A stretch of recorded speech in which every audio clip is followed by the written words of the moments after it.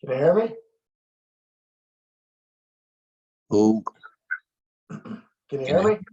yes, yes. All right. How you doing? Good about you? Hanging out, man. I was just drinking coffee outside. It's a beautiful day outside. Yeah, man. Definitely excited. Honored to have you on the show. I've seen you on a couple other podcasts recently. You got a lot of history. I used to train with you. You're an awesome dude. Super glad to have you. Yeah, no, I'm excited because like you said, like we train together. Like you being like when I came to Texas, like when I came to Dallas, you were here already, right? And then like one thing that I believe in, like I think I'm one of the pioneers in Texas, because like before me was like of course Carlos Machado, and then Draculino came a little bit before me, and then like Rodrigo Pinheiro and I came around the same time. So really before me was just like Draculino and Carlos Machado, and now you have all those Brazilians in Texas. just in the FW area, it's crazy. Oh yeah. Being a local, it's interesting as well too, because it's not like an individual comes. It's like if they're high level or if they're a big school name, they tend to come in and they tend to have affiliates. They tend to spread their jujitsu, and they come in eventually with more than themselves, and that's definitely something that you did. You did that in multiple ways, though, with people like we talked about the other day on Facebook and stuff. We'll get into that, but yeah, it's definitely a trip, and I definitely think you put your stamp on Texas. Yeah, I'm excited now. Just hanging on that.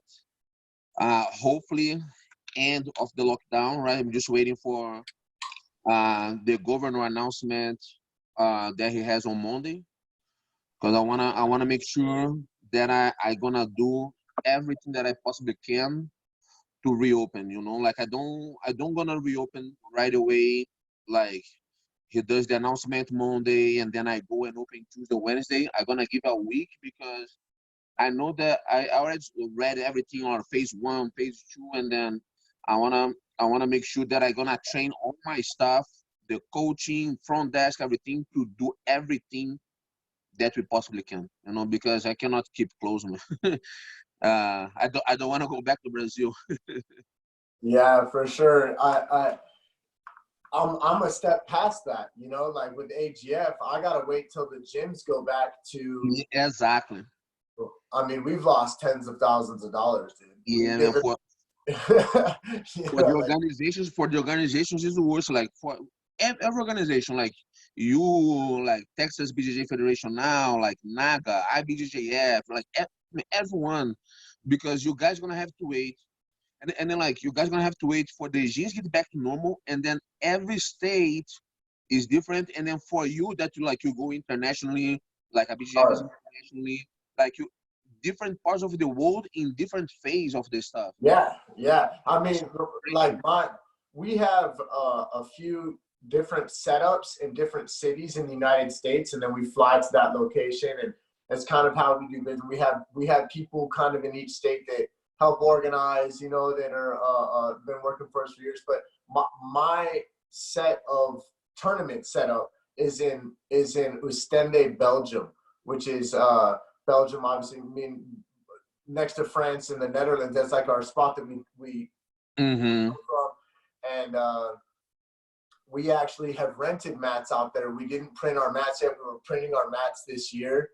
So for the fall season, we were going to rent through the spring still, because we had Luxembourg in March 28th. I was supposed to go to Luxembourg like 2 weeks after the lockdown. Yeah, I had to cancel that tournament. That was a good one. We were like, I forget what we were. We were like 400 people or something. It was awesome. It was one of those free tournaments that we've been doing. We did a few free tournaments in new markets, and they're in a whole different situation right now. They're like the worst in Europe. Belgium is.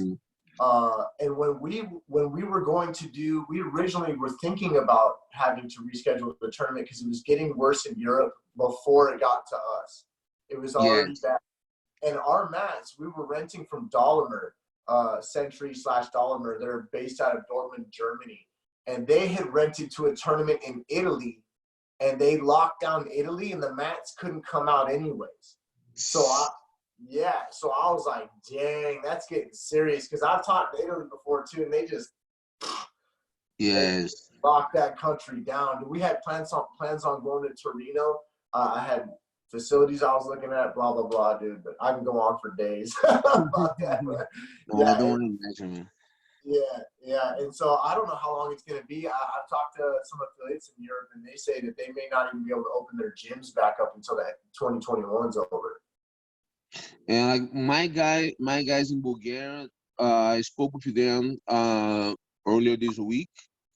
And right now the gyms you'll not be able to open until mid of June, I think. Yeah. But that still can change. Yeah. Well, I think middle of June gyms, I mean, that's good that they got a full-blown answer on a gym. We don't really have solid answers is what. Because I know a lot of people saw the gyms on the news advertising, and they the jiu-jitsu gyms jumped on it. And I'm like, I don't know if that's it. I don't know if martial arts is in a fit. Yeah, I like here, like I know that like live rolling, from what I understood, like there is no way that you can do that until like you pass phase 3. So that's like another like month and a half. Yeah, I don't know. Yeah, it's crazy. So like I said, like for me, like I cannot afford to be close like another month and a half. So I'm gonna adapt like all the measures that they're gonna do here. So basically gonna be like the way I see it's kind of like a fitness like jiu-jitsu class, right?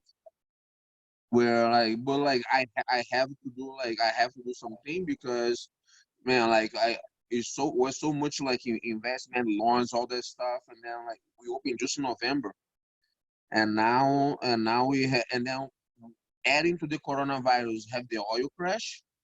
So a lot of people losing jobs or hours getting cut to don't lose their job. Yeah, So because for the listeners, you're in Midland, which is oil country for Texas. That's I would say the primary. That's probably the primary employment over by you, huh? In the area, the business or the industry, I guess you would say, would be Midland, would be oil. yes. So here, like right now I have over one third of memberships on hold or being canceled. You know, Oof. so like, but I was able to negotiate with the landlord, like rent stuff like that. But it's sure, man. Like some bills is sure like keep coming. I didn't get my PPP yet. You know, like so. We'll see. But anyways, like that. Let's talk about good stuff.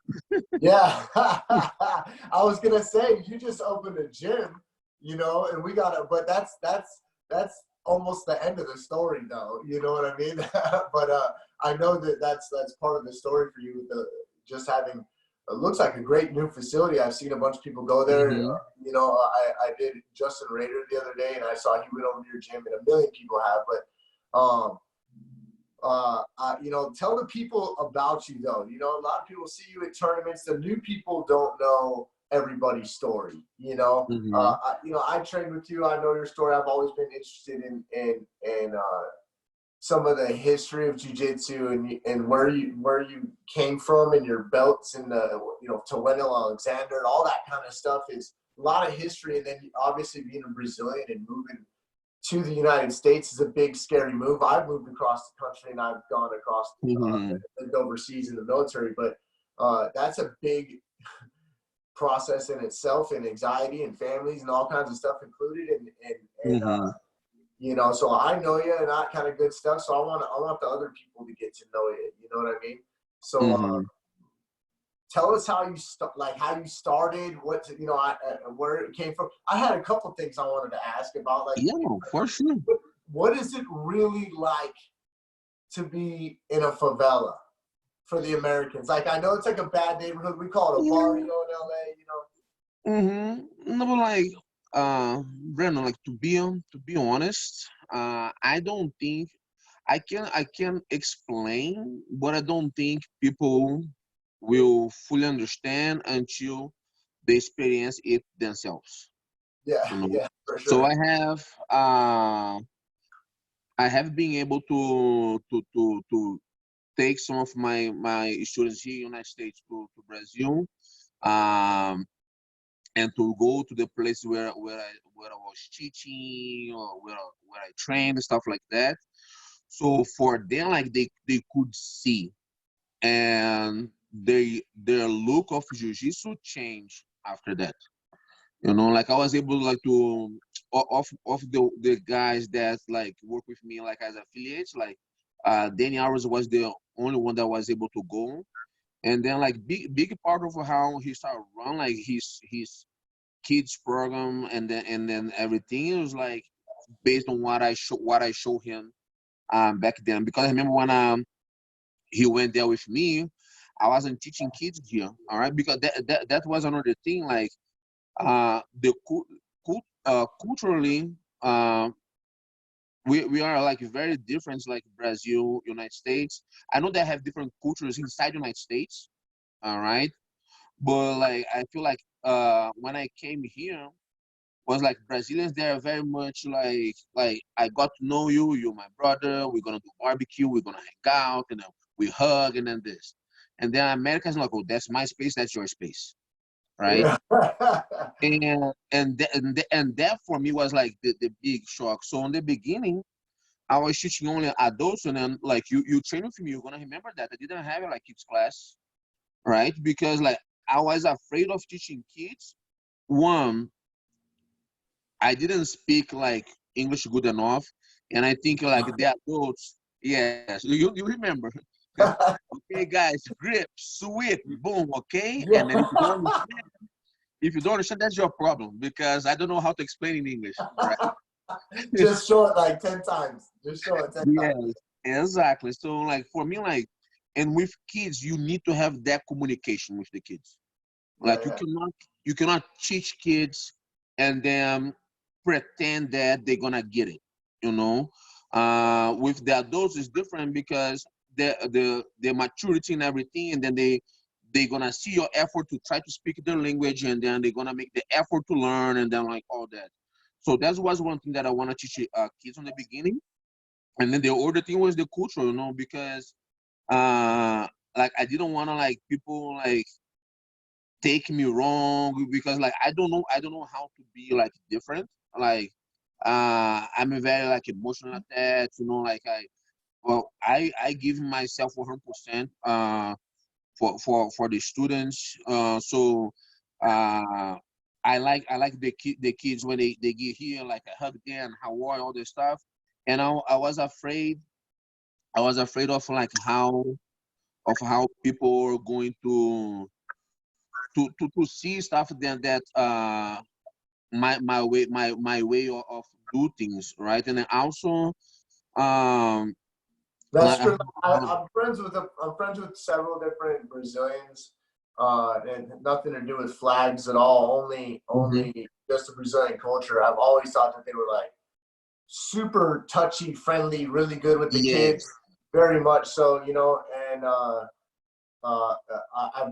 I've been to a ton of countries, over 21, and so I see that in the culture, even them in America. You know, and I mean, Americans aren't used to that. Like I go to some countries, they kiss on one cheek, and then I travel yes, so much. Sometimes I ask, do they kiss on one or two cheeks here?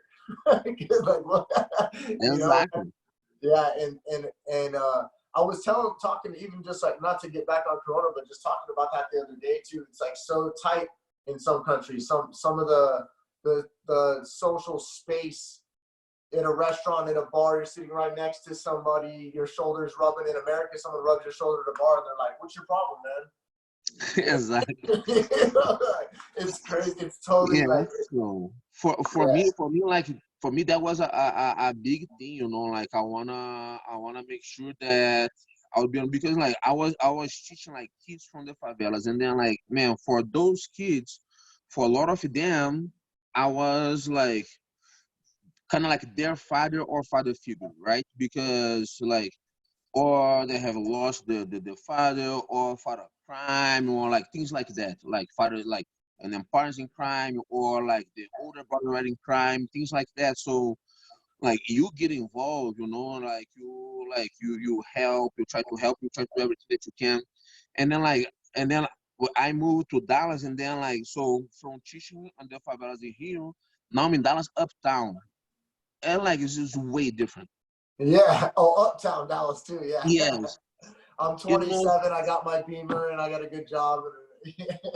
man. So for me, so even the adults, like I think when I first came, because my class were like now like years like you start understanding everything, you start you improve, you learn more. But when I came in 2009, I was still an athlete, so Yeah. my mentality was like training. Well, let's start back at the beginning. Let's start about how you, because I threw you off with the favela. we when did you start? What years were you? Let's tell us a little bit of a story about that, and then you know, I talk to your brother sometimes too, you know, and some of your family. That it seems like you have a training family. A lot of people don't realize. Hmm. And it's not just you. Tell us about how you started. Was it always certain school, like some of the younger stuff? I don't think some people know. No, like every Brazilian kid, like my dream was to be like a soccer player, right? So yeah, I cannot believe that I'm saying soccer because I always see real football. Football is it? Yeah, only Americans call soccer. But to make it easier for people to understand, so my dream, like every Brazilian like kid, like at least back then, right, to be a soccer player. And then like martial arts for me was like nothing, you know, like I would watch like movies like Bruce Lee, Jean-Claude Van Damme, Steven Seagal, Chuck Norris, stuff like that, and then for me like cool, you know. And then but when I watched Aurelio Miguel, a Brazilian judoka, win a gold at the Olympic Games, and that was the first gold ever for Brazil in judo. Brazil always had medals in judo, but never gold, and then he won gold. And that was a big celebration in Brazil. I was watching live on the TV, right? So like for me, that was like, oh, that's real. That's like Yeah. a movie, you know. And then I started like begging my mom to I wanna train judo. So and then so that's 1988. So 1990, and then she put us in a jiu-jitsu school. Two of my cousins, Fernanda and Andrea, they are black belts now as well. They were training already. Andrea is my age. Fernanda is 2 years older than me. Uh, so and then like my brother and I we start training. So 1990, because my uncle told my mom like, oh, like don't have judo around here, but put the kids in jiu-jitsu because it's pretty much the same. They do throws, they do chokes, so they're gonna like it. And then like once I started jiu-jitsu, and then like what for me wasn't about like uh, judo or jiu-jitsu anymore. Like it's just like was about my friends. You know, as a kid, I didn't like I was competing a lot since the beginning. Right, my third day ever was in a competition already in jiu-jitsu. Uh-huh. But like for me was about my friends because I was never like the popular kid or anything. I was very shy. Like I didn't have friends. My friends were just like brothers, sisters, cousins. You know, like I didn't have like friends in the school or anything like that.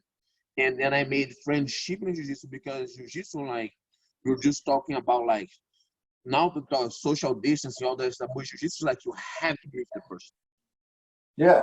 You had so and so I think that and then seeing that was real, like I could do something to somebody, I could defend myself without necessarily having to hurt somebody. And training them was different because at least once a week we would take the top gi off and then go like open hands, like even as a kids, because like the primary aspect was like self-defense. Like that's why like parents put in their kids, right? So we do a lot of trainings like that, and then always competing. So that's how I got it started, and then fell in love with competition. You know, right away. Like, and then like I was 10 years old. Now I'm 40. Still love to compete. That's why you guys still gonna see me doing master rolls, no gill stuff like that. You Cool. know. Um, I was but there. I was there when you retired. That was interesting too. But it was a good speech you had and that kind of good stuff when you retired from adult competition. I'm saying. yeah, like it's not like not competing at all. You know, like Yeah, it's just adult. for me it was just like I don't wanna like I even can do super fights, you know, but like I wanna like if I wanna do super fight like somebody from my generation. I don't wanna compete against like Muhammad and Nick Rod, like those guys. Man, like, I'm a different phase of my life. And then people can say like, oh, but like Cyborg and Dragon, but they have a different structure than I have here, you know, and they are the structure that allows them to still be able to train to perform on that level, you know, like, and I don't have that. And plus, like, man, I've been training for 30 years. Yeah, So I was. my body, my body like feels that because, like, as I said, my third day ever in jiu-jitsu was competing, you know, and then so I competed a lot, like, I remember like I still being a kid. I wanna say I was orange to green belt, something like that, 13, 14 years old. That's when I stopped counting my medals because it was like too many already, Yeah, you know. So like competition being a big part of this, and then like as I said, like I started when I was 10 years old. Uh, Later on, my sister start joining as well because we talk about my family, right? So like now now we have like my wife is a black belt, right? So me, my wife, my brother, my sister, four, and three cousins. So myself, my wife Petra, my brother Ricardo, my sister Bianca, my wife and my sister are black belts, like my black belts. And then I have another cousin, Andrea. My cousin Thiago is black belt under Andrea. Thiago trained with me until black belt, and then I moved to Dallas. So he stayed with Andrea. He got his black belt from Andrea, and then Fernanda, the oldest one, she's black belt under Master Julio Cesar from GF team. You know, because she moved towns like when we were teenager because she was in college. So and then a way for her to get back to Rio de Janeiro was a scholarship at University Gama Filho. That was the name of GF team back then. So that's how she got. Anyway, she competed the very first World Championship for women back in '98 because the World started in '96. We didn't have women. Women started in '98. So another day she posted a picture of the podium in '99. She was with like Leticia, Neca, like just legends, you know. yeah, that's awesome. But like I don't consider like my family like a jiu-jitsu family because my family like all that side that I'm talking is like my mother's side, right? And then so my mother's side is huge, huge. Like I have never seen everyone together in one space. There's always someone missing. Like my grandma, she had 7 child, you know, and then all her childs like my mom, she had 3. Some have 7, some like 5. So like it's too many, Brandon. Like you have no idea. First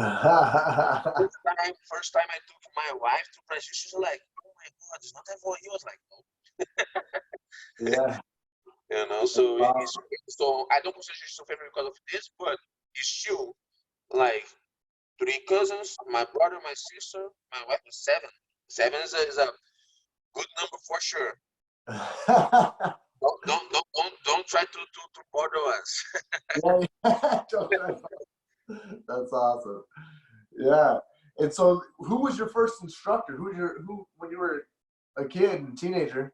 When I was 10 years old, I started with Master José Neuri. He's a coral belt. And then funny thing, like now he's part of my association split, right? So it's like a full circle. But so that I started with him, so I trained with him from May of 1990 until end of '91. And then like I can't say like what was the deal or problem. I just remember that my parents told me that I was going to train with another guy. I don't know why. I was like 11 years old, right? And then I remember that a guy that was my sponsor. He was paying that guy to come to Rio de Janeiro to teach us. That guy's from Teresópolis. Teresópolis is a town like 2 hours away from Rio de Janeiro. And that guy is like Robson Moura, Feijão, like they're like original coach. So that's how I knew I met like Robson Feijão like since like I was 11 years old. I already knew them, you know. So Jucão like for 1 year Jucão was coming like 3 times a week to teach us. But and then like Neuri is Fada Linhas. So Jucão he was like Renzo Gracie and Carlos Gracie student. You know, so they're like so Jucão he would come to teach us and then go train to Gracie Barra. And then it's funny because like Maestro Carlos Gracie Jr. He joked with my brother sometimes that you should have been Gracie Barra, you know. But so after 1 year, Jucão he was like Ailson Brits his name. He has a school in New York area. So it was very hard for him like to do all that like teaching in Teresópolis, come to Rio de Janeiro to teach us and then still go train. So he told us that we should train with Wendell. Wendell was his friend, you know, even though like different teams. And so that's how we got to start training with Wendell. So I started training with Wendell, I was 13 years old. By that time, I was orange belt already, my brother and I. And we started training with Wendell, and then with Wendell, like that's like early '93, like all the way until black belt, and then so wasn't even Nova União because Nova União was formed in '95, you know, and then so we were in the with Nova União, and then I stayed with Wendell and Nova União until end of 2013. That's when I went to Brazil and then talked to him and Independentes, and then like I did my own thing. You know, first Bruno Bastos Association, and then switched the name for Team because I didn't want to like to be about me. So on the beginning was Bruno Bastos Association just because like I didn't want to go anywhere, so I just put my name. But once I got like a neutral name with a meaning, and then like now it's a team lead position. So but that like basically like that's the whole thing. At what point did you know that did you have a point that you knew that you wanted to do jiu-jitsu as like a profession, as a life? I know you were an athlete for a long time. That was the primary focus. Were you trying to use the athletic competitions in jiu-jitsu to springboard a career? Where's your mind at that point? No, like I am like until I was like 15, I didn't even think about jiu-jitsu as a profession. Like I said, for me it was like, man, like my friends are here, you know, and then I remember when Royce won the first like UFC and then second UFC, and then Rickson Gracie won the first Japan Vale Tudo. So because jiu-jitsu was famous, it wasn't a big sport, but was famous in Rio de Janeiro, right? So and then now I was never the popular kid, but now my classmates they knew that I was doing jiu-jitsu. So like night to day now I became the popular kid because I was doing that Gracie thing, you know. Yeah. And then but like for me it was still like I still have like eyes on do like soccer, even though I was like at 14 to 15 I was training like 14, 15 years old. I was training 4 to 6 hours a day already, you know, but I still like had like some dreams of soccer. And then like the thing that took me to jiu-jitsu, made me choose jiu-jitsu was like I never won anything in soccer, and it wasn't about be good or not play good. It was like soccer you need another 10 guys to win. And then Yeah. like so as I became a teenager, I started realizing that man, yeah, I need to have a good coach, good teammates, good environment. But when I step on the mat, I step by myself. So, Yeah. Yes. you know, and then so I cannot blame anybody, you know, like because all what I have control is about myself. Yeah. I've always felt the same. Yeah. So people can say like, oh, the referee this or that. Man, like why do you have control? Is about you. You don't have control.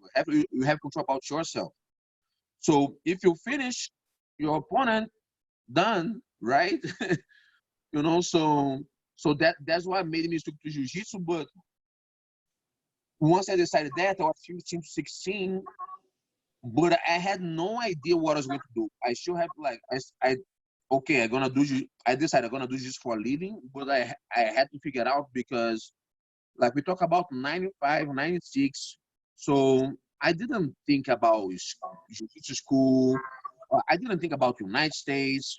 For me, like growing up on the generation that I was growing up in jiu-jitsu was like, man, I'm gonna become black belt someday, and I'm gonna do vale tudo, and that's how I'm gonna make my living, you know, because that was how I seen there, and that was how the market kind of like look for someone growing up in jiu-jitsu, you know. So I start teach, then I start teaching when I got my purple belt and when I was 17 to 18, and then I start teach. You know, like that guy that was telling like Luizinho, like he opened it Nova União Bangu and then put me to teach. So he helped me like with membership from when I was 10 years old until he opened Nova União Bangu for me to teach. So that guy he's crucial on my just career, you know. And then from Nova União Bangu and then like from when I was a purple belt until I moved here, I taught in my neighborhood as well, Vila Valqueire. So that's how I started growing. I'm like coming up on the belt, and then eventually as a black belt, I did my first like international travel to train somebody or to do seminar. It's back in 2003. I was training Chris Brown for ADCC, so that was in Australia. Then I traveled to Croatia in 2006 to help prop up for the Pride Grand Prix that he won. And then 2008 is the first time that I came here. So I came, I competed in Ogi Worlds, and then I competed at Naga. Back then, like Naga was like a big tournament, right? Like everybody, like big names, like you see Barrett Yoshida, Jorge Patinho, you see like all those guys competing. And so, and then on that point, I knew that my future was out of Brazil. I just didn't know where I was going to be, you know. I just didn't know where I was going to be.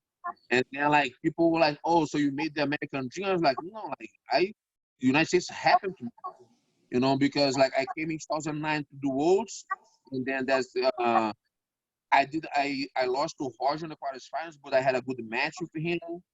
Then I came to Dallas to help Travis Luthor for one of his UFC fights, and that's how I met Greg Seal from Octagon. And so I did a 2 classes there. He liked it. I went back to Brazil, came back here 2 weeks to see if the guys gonna like my style. Then I went back to Brazil again, competed ADCC, and then moved here October of 2009. So like that was like I saw I figured out that I wanted to do something when I was like around 15 years old. It became my profession when I about turned 18 because then I started teach. And I got black belt in January of 2001. So you know, like I started traveling like I was traveling already all over Brazil. So the opportunity I started to meet like people from out of Brazil because they would come training from the Negras a lot. All right, and then so that's how I got to go to Australia, and then because So of back then like Shaolin was into MMA, so a lot of us were training MMA, so that's how I got to train with some of the MMA guys because I was doing a conditioning with a guy named Paulo Caruso. He's a Master Osvaldo Alves black belt. Now he's a coral belt, Master Paulo Caruso, and he's a pioneer in strength and conditioning for martial arts in Brazil. And then like back then, like Saulo, like Belfort, Marius Perry, Nogueira Broad, like man, the elite of the jiu-jitsu in Rio de Janeiro was training with him. And then I was using every like all my budget to like to be able to train for him because I want to be on that mix.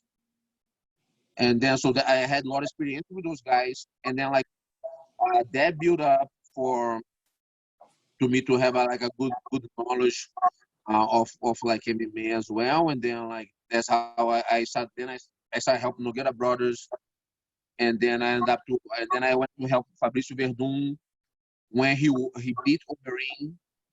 And so because Verdun and Mirko, they have the same manager back then.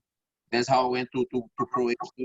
So by that point, I knew before I come for the United States for the first time in 2008, I knew my future was out of Brazil. I just didn't know where I was going to be, you know. So it sounds like Nogi in Australia, and then MMA in Croatia, and then Fort Worth with Luder is what opened your eyes up originally, huh? It's a good thing you got to train some MMA with those guys. And I've heard some other stories over the years. You know, I was training with this guy for this fight, blah blah. I've heard you train with a lot of guys, and Novignal also coming with. You know, for the people that don't know, that's like that's Jose Aldo's team, Marlon Sandro. Yes. Those guys that I was a huge fan of already. Those guys were all like blue belts, and I was black belt already, like teaching them, and then like we traveling together. Like Yeah, straight. a lot of people don't realize Jose Aldo was a badass in jiu-jitsu. Yes. I think in brown belt he beat Cabrinha, didn't he? Yes, one. Exactly. I know it's the colored belts. It's not at black belt, but I mean, I think the next year Cabrinha won worlds at black belt, didn't he? Exactly. One year, 1 year because like Aldo, he got black belt, and then he went straight to MMA. Yeah, he was one of my favorite for sure. For sure. He was very yeah, but like so that MMA helped me a lot because like the thing is like if back then, Brandon, there was flow grappling, I would be very famous, you know, because like I was winning every grappling tournament in Brazil. Back then we called submission wrestling. Yeah. You know, so I was winning every like no-gi tournament in Brazil, and for whatever, like you know me, like man, I'm like I don't believe on that like gi guy no gi guy thing. For me, like jiu-jitsu. But if you ask me, my love is gi, you know. But for whatever reason, like I have accomplished a lot of stuff in the gi. But if you put on paper, no gi, man, like I did a lot of stuff, you know. Yeah, for sure. And then like one thing, like on the mat. How many ADCCs have you competed in? Yeah, I competed in 2009, 11, and 17. But I was in the 2003 already as an alternate because I lost to Jacaré on the final of the trials, and it was in Brazil. So then they invited me to go as an alternate. I made weight and everything, but that's when Marcelinho came to the scene. Like Marcelinho, he lost on the final of the trials as well, Marcelo Garcia. But then like Dennis Hallman, he couldn't make to Brazil. So then Marcelinho was put on the bracket. And then for me, it was like Jorge Patino Macaco. He had a Vale Tudo the weekend before. So they didn't know that he was going to be able to compete. So I made weight, but then the doctor allowed him to compete. So I didn't get to compete. So I was my history with ADCC started like 2003. And then I was invited in 2005 and 2007, but those editions were in the United States, and my visa was denied back then.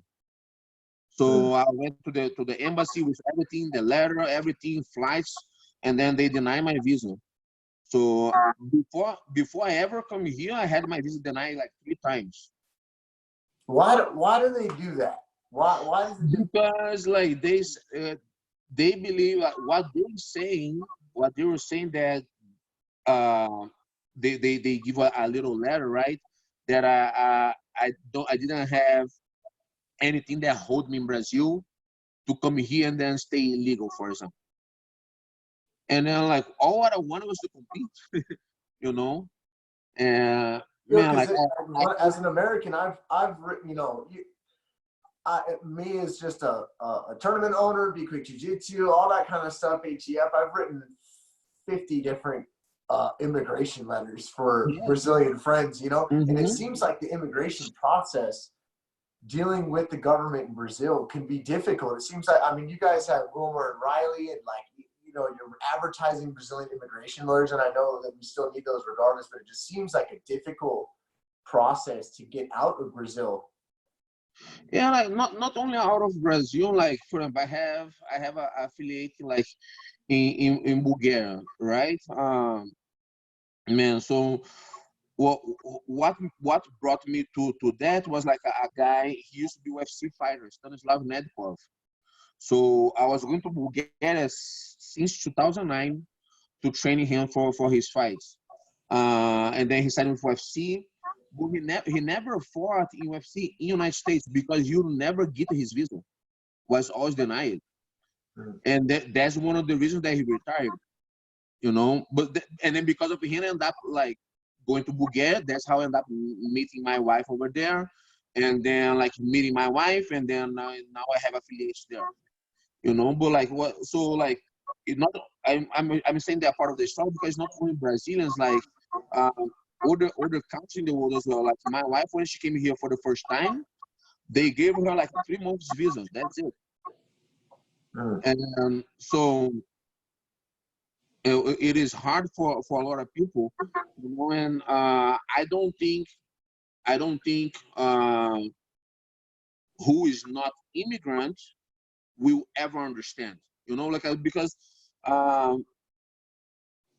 like how many times like you tell something to people and then they're gonna be like, oh man, yeah, I understand you.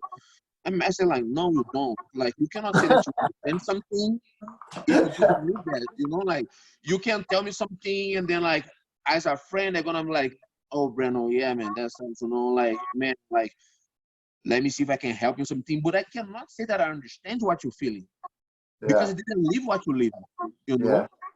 So that's one thing that I don't tell people, like I understand if I haven't lived the situation, you know. So for immigrants it is hard, and then like because basically like this I'm talking about tourism, if it's just coming here and compete and go back, right? And then when it comes to work here, so the immigration, they're gonna analyze your resume, everything like that, and then they have like, okay, like Bruno is that good, so United States need him here. That's how it works. So that's why you see like only good competitors or good coaches coming over here, because that's how they're gonna get their visa approved, you know. That's I've written stuff from AGF saying I need them as refs. I need, you know, I've had guys teach, and just, you know, I've seen the process for several years, and that's why, you know me, I've always just been like, sure, send me whatever you want. Yeah, I've always, you know, you are one guy that I every time that I ask you like for to let us to help guys that are trying to come over here, man, you always, because but there is one important thing, like you travel all over, so you see what is the scene. So you, and then like having a tournament, you understand the importance of having like the best like jiu-jitsu that you possibly can have, right? Because like you run a tournament, you want the tournament be the best tournament that you can possibly have, right? So you understand that part 100%. And then like, now like we start having like some like immigration officers that they're like they doing like a great job for these practitioners, because one thing that's common that I see with immigration officers that they do well in being able to get the visas for these practitioners, that like their attorneys, they train jiu-jitsu, so they understand the culture, they understand like, and I think that once you start to understand the culture, the importance of the thing, make things different as well. But that's now, that wasn't like back then. So like I think like big opportunities because of that. But like I still think back then, like in Brazil I was winning everything in Nogi. That was I was invited, you know. And then even like on the mat, because on the mat was like the biggest thing, like from my view there in Brazil, on the mat was kind of like what flow grappling is now, right? Like early 2000s, mid 2000s. And then like 2005, I'm gonna try to find that article and send to you. Like I was considered the best submission grappler in Brazilian territory. Like it was nice article. Yeah, Uh, I mean, I was a fan. That's why when you moved to Dallas, I moved here in 2007, and uh-huh. so uh, and when I moved here, I'm kind of old school. I wanted to let people know that I was opening a gym. I originally moved to Texas in the real estate industry and was teaching. I was refinancing houses, and I was still teaching jiu-jitsu and kickboxing and training in Hollywood. But I didn't own a gym over there, you know. And so when I Mhm. came over here in 2007, the housing market crashed, and I lost that full-time job. And I was doing jiu-jitsu and kickboxing privates on the side. So then I went and said, well, I'll open a school and try and make a living out of this. You know, I can do that instead of the real estate Mhm. industry. And when I first did that, I went to Carlos Machado. I went to Guy Metzger because I had known Lions Den guys in California. And over to Travis Lutters. I visited everywhere and just told him, hey, I'm opening school. It was way out in Waxahachie. But for me in California at that time, it was unheard of for a non-black belt to open a school. You know, like Mhm. it's LA has black belts up every other corner, you know? And so I was like, all right. And there wasn't as many gyms back then. Now there's way more gyms in DFW, way more, you know? And when you came into town, I had already known who you were in terms of Mhm. competing. I had seen you do the flying armbar versus Tussa. I seen you. There's a couple tournaments they're on YouTube and stuff, but I don't know what they were because it's only like a series of videos. It's not all labeled and stuff, you know. And some of them were ADCC trials and stuff like that. And then seeing you at Worlds, and then I had been watching jiu-jitsu as long as possible. Then eventually, like you said, on the mat, and then Budo videos, I think is the first version of Mhm. what, you know, when they were doing the multi-mat technology and actually filming Yes. Worlds. They were the first ones to record every mat at Worlds and every mat Mhm. at Pan Am's. They turned into No You Will stuff, but then eventually they got uh, donkey kicked by Flow Grappling. You know? Yes. uh, Yes, but it was yeah, I basically was a like fan. I people was a people fan of theirs complain about already. the media nowadays. They haven't lived that era, you know. Yeah, yeah. I started in '96, and I used to skateboard over to that school, and that was pre Facebook, pre social media. I think maybe AOL chat rooms were out. You know, Mhm. I don't know. So it was definitely an interesting era watching you come over. So you worked in Dallas at Octagon MMA, and Mhm. then uh, that is where I met Jacare Daniel Almeida, Mhm. who I just shared a thing on Facebook the other day. You saw a And his documentary on him. documentary. Mhm. I love that dude. I've always been a fan. I'm glad he found something in Australia. It kind of sucks. I saw the relationship between you two. You two seem like you were brothers. It kind of sucks that you're here and he's way over in Australia, you know. But No, but man, that's just great because man, he's doing great things for our team over there, like for himself, unfortunately, but like and for our team, like that's part of this spread, right? yeah, Uh yeah, but I was like with like I was like early like I was like a teenager, like kid, teenager, young adult, and then like was like Robson, Shaolin, Marcelo Pereira, and then like Gustavo Dantas, Leo Santos, all that. And now each one is like yeah. we always talk like we talk every week. We talk every week. Like we have like WhatsApp group stuff like that. You know, but I think that's part of the jiu-jitsu like spread on the world as well. You know. Oh, for sure. But Jacare seems like the kind of dude that was your brother that you would rather have lived down the street and be Yeah, your buddy. like I'm gonna tell that like back when he went to Australia, I told him, man, like if you wanna come over here, we can try to make this work. But and then he preferred to go to Australia. What was a good opportunity for him, you know. And I think like as far as competition, like as a comparator, maybe wasn't the best choice because Australia is far from everything. But now he has like a couple affiliates there, you know, like partnership in schools you know, like he has his residency over there, that would be kind of like the green card over here, you know. So like his kids there as well. So I think like when I understand what you're saying, but when I think like on the big picture, like I'm Yeah, glad that he's there. You yeah, know, yeah, I've been going there, like I've been going there for the last 3 years, you know. So that's what is a reason to go to Australia. It's a beautiful country, man. yeah, yeah, yeah. And that's also where I got to train with Isaac de Hanse, who's done great things at black belt. Marcio Andre.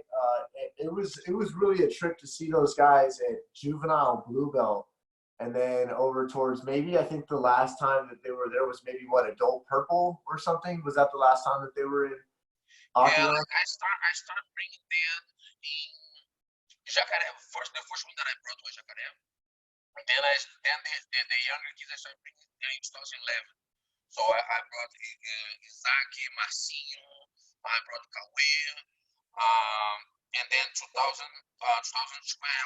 that's when I brought also like Yuri, Luan Carvalho, you know, like so like a lot of guys like Márcio André, Isaac Baense, Luan Carvalho, like all guys that made like Oh, big. Luca, yeah, Luca Carvalho. Is that what it was?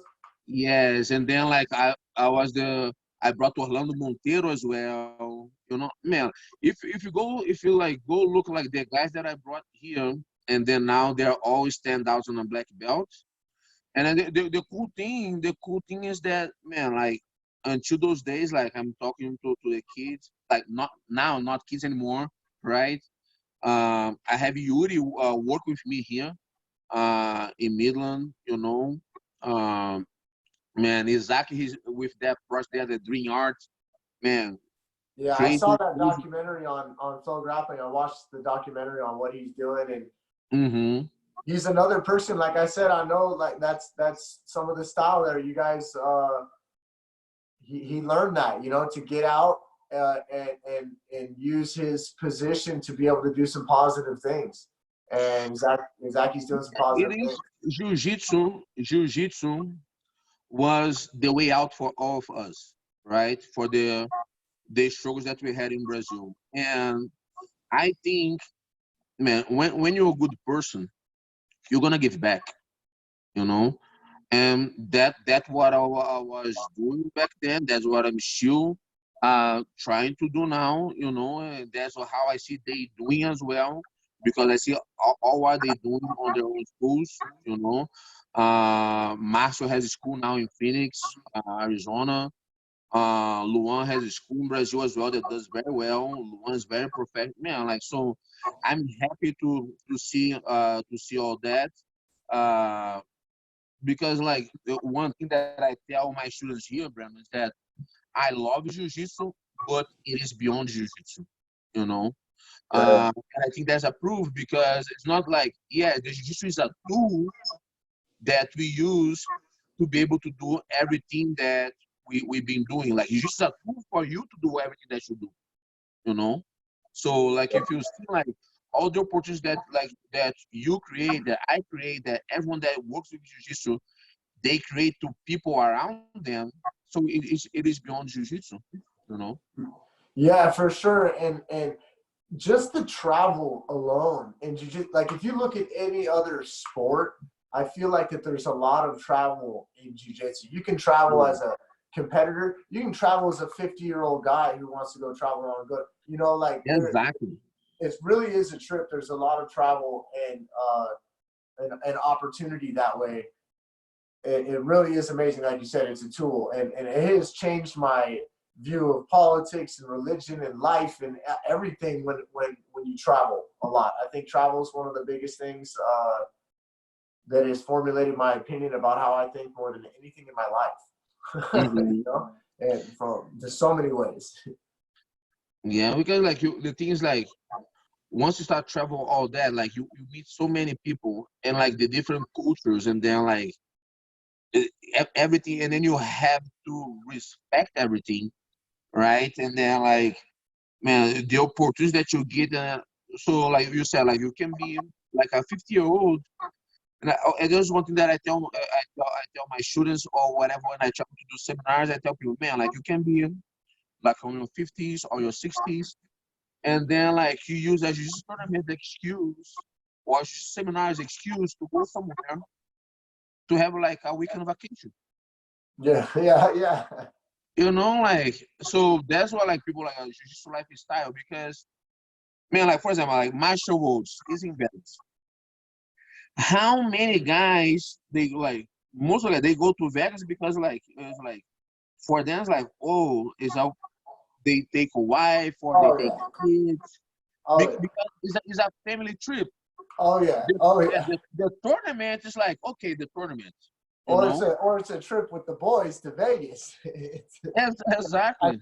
I have never. I competed at IBJJF with you, mainly with you. Um, there's a lot of people that are outspoken against the IBJJF.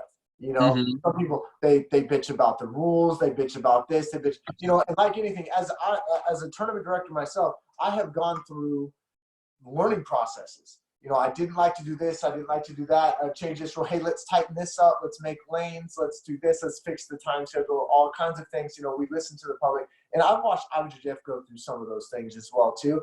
But for me, I've always adored them in the terms of they're the gold standard for the business Mm-hmm. and for organization and stuff like that. You know, and whether there's rules that I agree with or don't agree with, I definitely think that they're referred to as the gold standard, you know, Mm-hmm. and they were smart. When I watched them the first, because International Master Worlds used to be in Brazil, and then when it came to the States, it was in Yeah, they did it. because it wasn't Marshall Wolves, it was International Master and Seniors. They should have that tournament in Brazil, but Yeah, Marshall Wolves started in 2012 only. yeah. Oh, So okay, okay. back then they didn't have Marshall Wolves. So you would win International Master and Seniors. That would be you would be considered like world champion on the Masters. You know, Yeah, yeah, yeah, yeah. it's kind of like punk kids now. They don't have like world championship for kids. But you like you win punk kids, like your kids they do jiu-jitsu. Your kids gonna win punk kids and like, man, my kid's the best kid in the world. You know, like that's the standard. But like you said, like they are not I don't agree with everything that they do, but they are the standard. And like and I think like you have like AGF. And then like I'm 100% sure that people don't like everything as well. And then but man, like like when I see I don't want to talk about other organizations, right? But like, I'm glad that you're here in Texas, you know, because man, like I remember the tournaments that would be like until night there, and then like, or tournaments that shoot there, and then people would put people on the bracket like after the bracket start already, you know, Yeah. like so. Well, for me, it was you, Bruno. You have no idea. That's why I always give you so much respect. You have no idea. When for me and my first black belt, of course, you know, is Levi Miles. Levi Mhm. used to come whenever I would have the opportunity to bring him. You know, he had Great kids. Kyle and Marcio at his house. You know what I mean? Like, Hmm. but something that we always talk about, whether we coach at other tournaments or we're doing AGF stuff or just together when we're bullshitting about other things, was like, when people talk to me or Levi about rules or about the game or anything like that, I'm like, man, they're like, how do you know all the rules, blah blah. But yeah, I own the tournament. But the truth is, I tell people, I'm like, man, Bruno Bastos taught me the game and the rules and uh, like that is the reason why I'm particular in certain ways, even with AGF, is because Hmm. you introduced me to the competitive lifestyle with the IBJJF, and it was very organized, you know, and I Hmm. like that. And I had been to so many other tournaments that were you register the day of or you register the week before, it doesn't matter. It's Oh my chaos. God. You're going to be there. There's a famous tournament, well, without getting into other tournaments, they shut the lights off on them in Dallas. Exactly.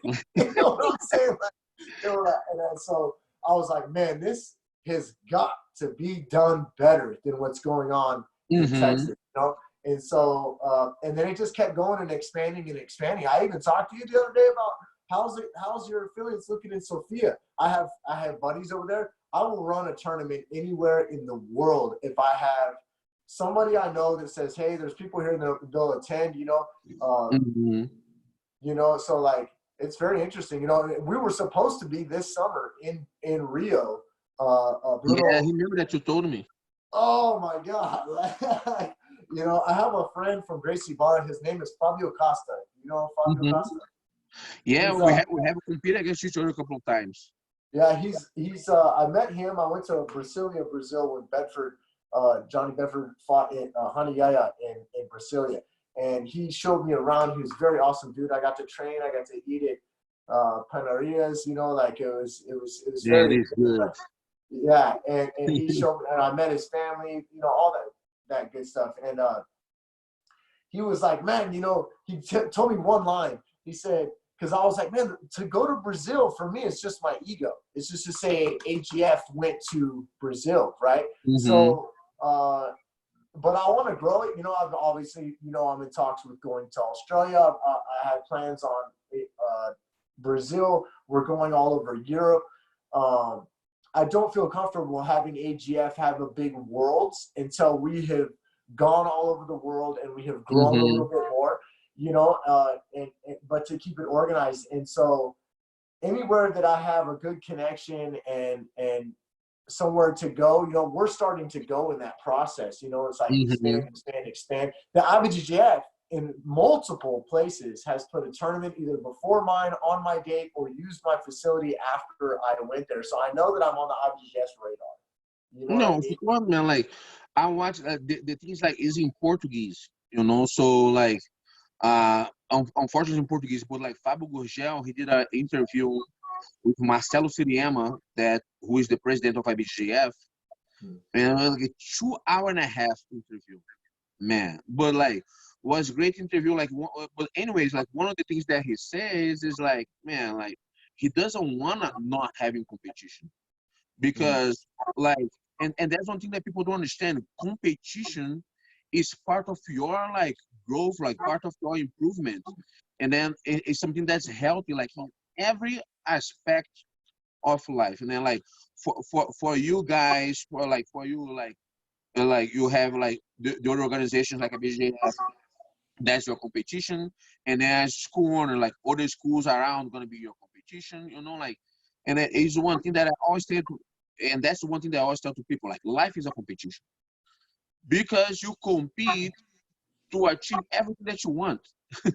Yeah, well, for sure, and like what I was saying, what Fabio said, for me to go to Brazil was more like it's like 4 or 5 reais to $1 American. So for me to do a tournament in Brazil and not, I don't have another job. This is what I do for a living. You know, like, Uh-huh. I don't teach full time. I don't own any schools. A lot of people don't realize that. You know what I'm saying? So Now you like, don't teach anymore for a while already. yeah, I will teach some classes here and there locally at Yes, my yes, I mean place. like having a school. Yeah, I don't have a school, and so I just run the affiliation. And so, uh, but Fabio Costa said, Brandon, you don't have to be a millionaire from Hayes. Why don't you be a millionaire with Hayes in Brazil? Why don't you keep your money in Brazil? And that has stuck with me. You have no idea. Sometimes you meet people in passing in life. You know what I mean? Mm-hmm. And so they affect you a lot at that time you're with them. You're definitely one of those people for me. But with Fabio, he's always been a friend.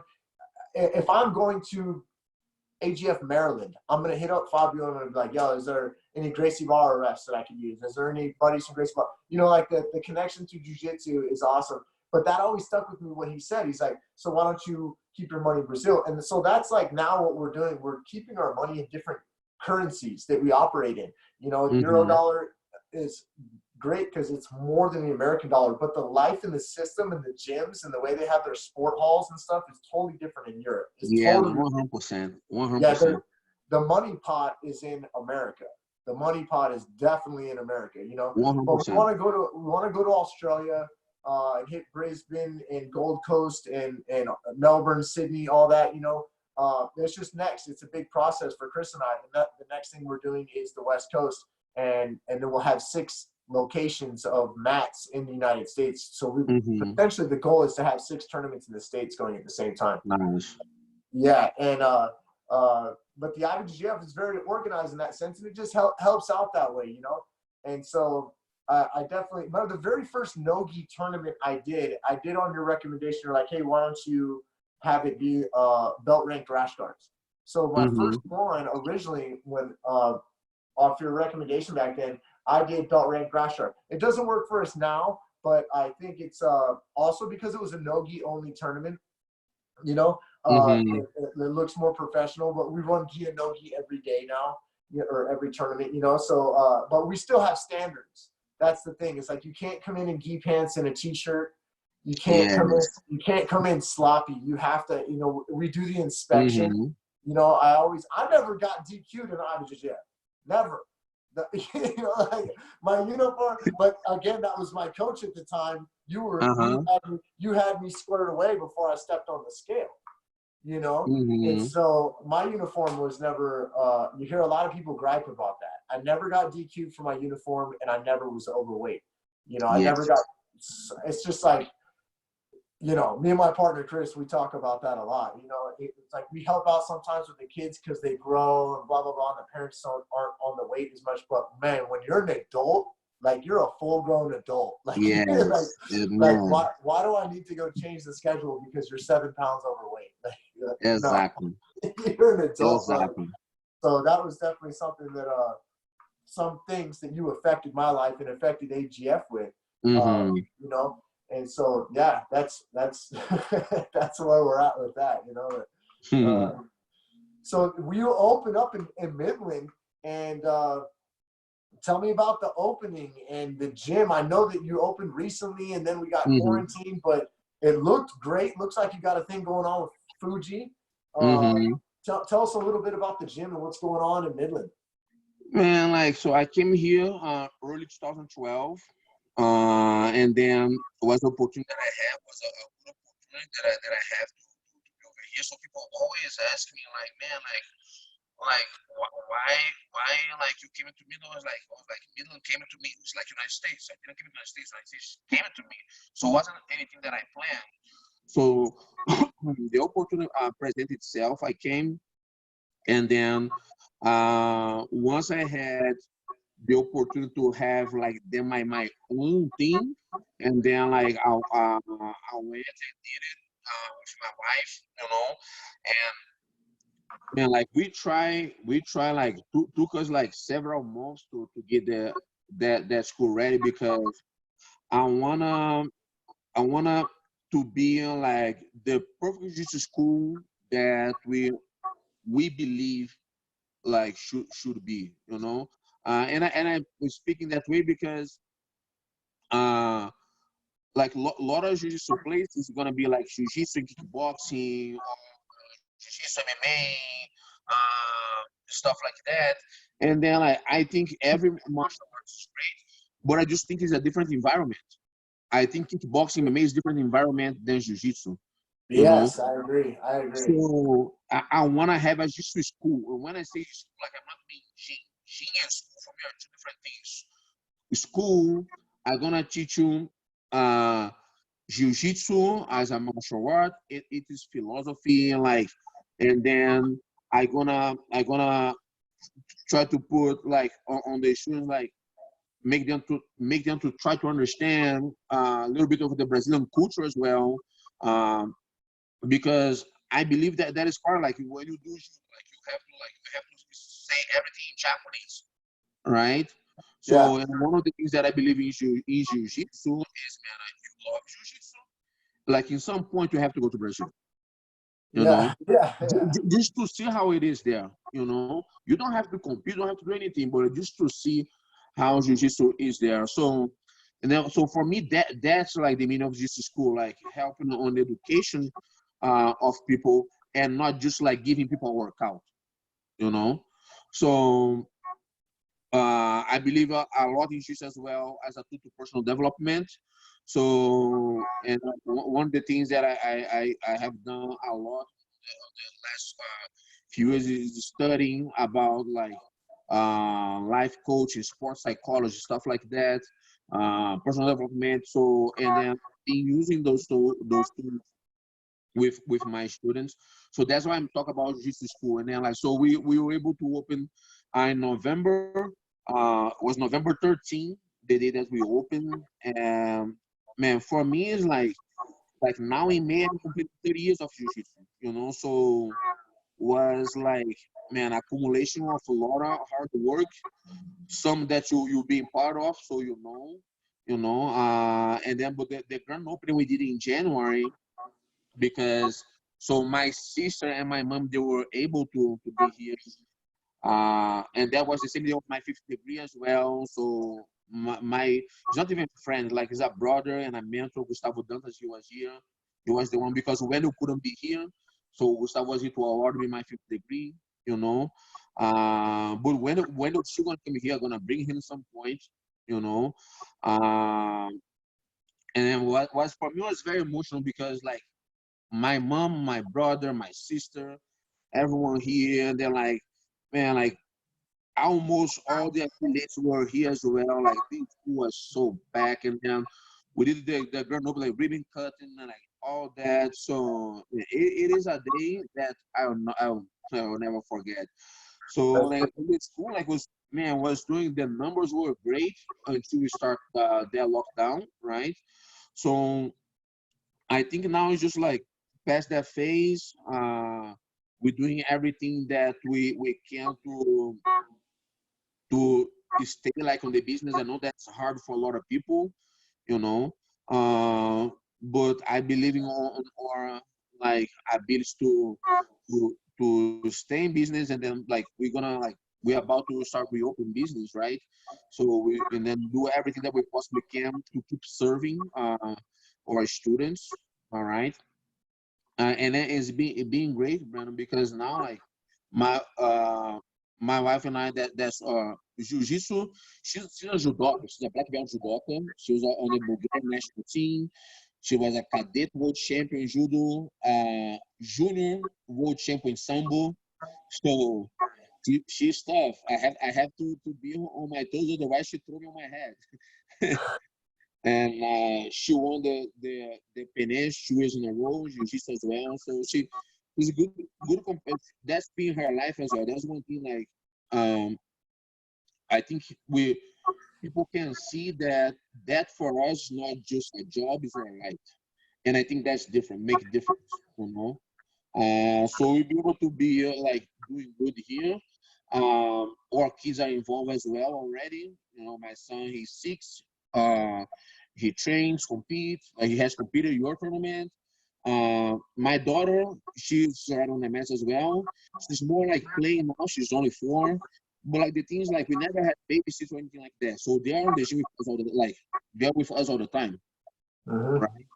Um, so it is like being great, like being able to see the different aspects of jiu-jitsu as well. Because one thing is like you being just a competitor and then being recognized, all that. Another thing is like you being running a jiu-jitsu school, and then like all the business side of this. And then like sometimes you think you know everything, and then you realize that you're not even close to know everything. Oh And yeah, you I never was. going to know everything, right? Yeah, it was easy when I opened in August 2007, and 2009 my daughter Valentina was born. You know, Mm-hmm. and then my son was born a couple years later, and so that was probably, I mean, just any new parent, you know, it's always new because you have new bills, you have new things you got to buy all the time, you know, Uh-huh. diapers, all that. But that was also a time where I opened a gym. 2010, I opened my second location, and I didn't know squat. I didn't know anything. I was just trying to do the best as a dad and provide. You know, you're just trying to hustle at that time. You know, Mm-hmm. if I were to have a stack of money and open up a gym now, it would be completely different than the way that I, you know what I mean? Like, Yeah, and so I feel on like that's what. on that sense, I'm glad that took long for me to be able to do that as well. You Yeah, know, I see I'm people glad. like Josh Mancuso. You know Josh Mancuso from Mm-hmm. like, you Yeah, know, like like we have friendship. Uh, Man, he does a good job with his school. well, he's somebody that had mentioned, you know, like being a black belt first, being a seasoned person first before you open a school. I know some people can open at different times in their life and even in different ranks, especially in Texas. I see that compared to my life in California. I feel like there's a lot more lower ranks that open schools in Texas than there is in California, you know.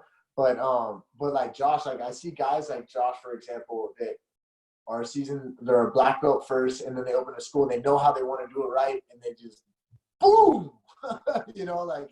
And so I think that does really well. You don't see that growth and just that new school and big nice facility. You don't see that out of a purple belt, you know. Yeah, I know. Like, but that's part of the growth as well. That's part of the Yeah. growth. And then like, Yeah. man, I started as a purple belt. I told you. And then like the thing is like, sometimes you're gonna be in a place in a space that don't have black belts, Yeah. don't have No, brown yeah, for belts. sure. I don't think there's anything wrong with it. I'm just saying, like, the difference in the organization, the money, the No, you experience. know that definitely. But like one thing that's important to say that a lot of people we should believe, and then like we talk about young people, right? A lot of like young people they should believe that I'm gonna become a black belt, they're gonna be a world champion, they're gonna have a school they're gonna rock, and then like, dude, you don't have to even compete to have a school, you know, like the thing like you need to provide a good service, Yeah.